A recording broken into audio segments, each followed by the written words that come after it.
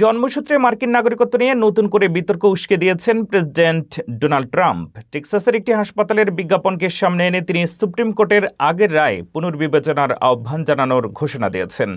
কিন্তু বিজ্ঞাপনে আসলে কি ছিল, কেন তদন্ত শুরু হয়েছে এবং এই ইস্যুতে ট্রাম্পের নতুন অবস্থান কি, এসব নিয়ে বিস্তারিত থাকছে প্রতিবেদনে।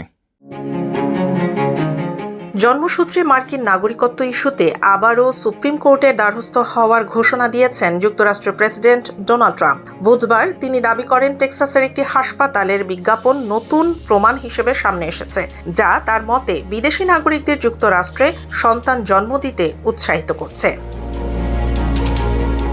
সামাজিক যোগাযোগ মাধ্যমে দেয়া এক পোস্টে ট্রাম্প বলেন, মেক্সিকো ও যুক্তরাষ্ট্রের দক্ষিণ সীমান্ত জুড়ে বিলবোর্ডে টেক্সাসের একটি হাসপাতালের প্রসূতি সেবার বিজ্ঞাপন দেওয়া হচ্ছে।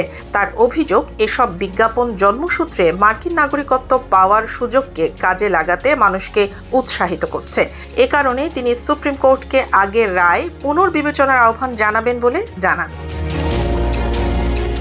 তবে প্রকাশিত তথ্য অনুযায়ী টেক্সাসের মিশন রিজিওনাল মেডিকেল সেন্টার মেক্সিকোতে মাত্র 2টি স্প্যানিশ ভাষার বিলবোর্ডে মাতৃত্বকালীন সেবার প্রচার চালিয়েছিল। সেখানে সন্তান জন্মের প্যাকেজের মূল্য উল্লেখ থাকলেও কোথাও মার্কিন নাগরিকত্বের প্রতিশ্রুতি বা সুবিধার কথা বলা হয়নি। গত মাসে সুপ্রিম কোর্ট ট্রাম্প প্রশাসনের জন্মসূত্রে নাগরিকত্ব সীমিত করার উদ্যোগ বহাল রাখেনি।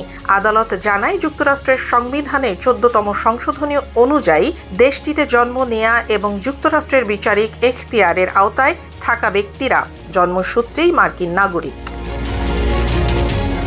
এদিকে টেক্সাসের গভর্নর গ্রেগ অ্যাবট হাসপাতালটির বিরুদ্ধে সম্ভাব্য বার্থ ট্যুরিজম প্রচারের অভিযোগে তদন্তের নির্দেশ দিয়েছেন।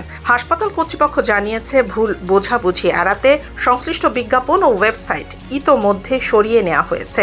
তবে তারা কোনো বেআইনি কার্যক্রমে জড়িত নয় এবং সব ফেডারেশন ও অঙ্গরাজ্যের আইন মেনেই স্বাস্থ্যসেবা প্রদান করছে বলে দাবি করছে।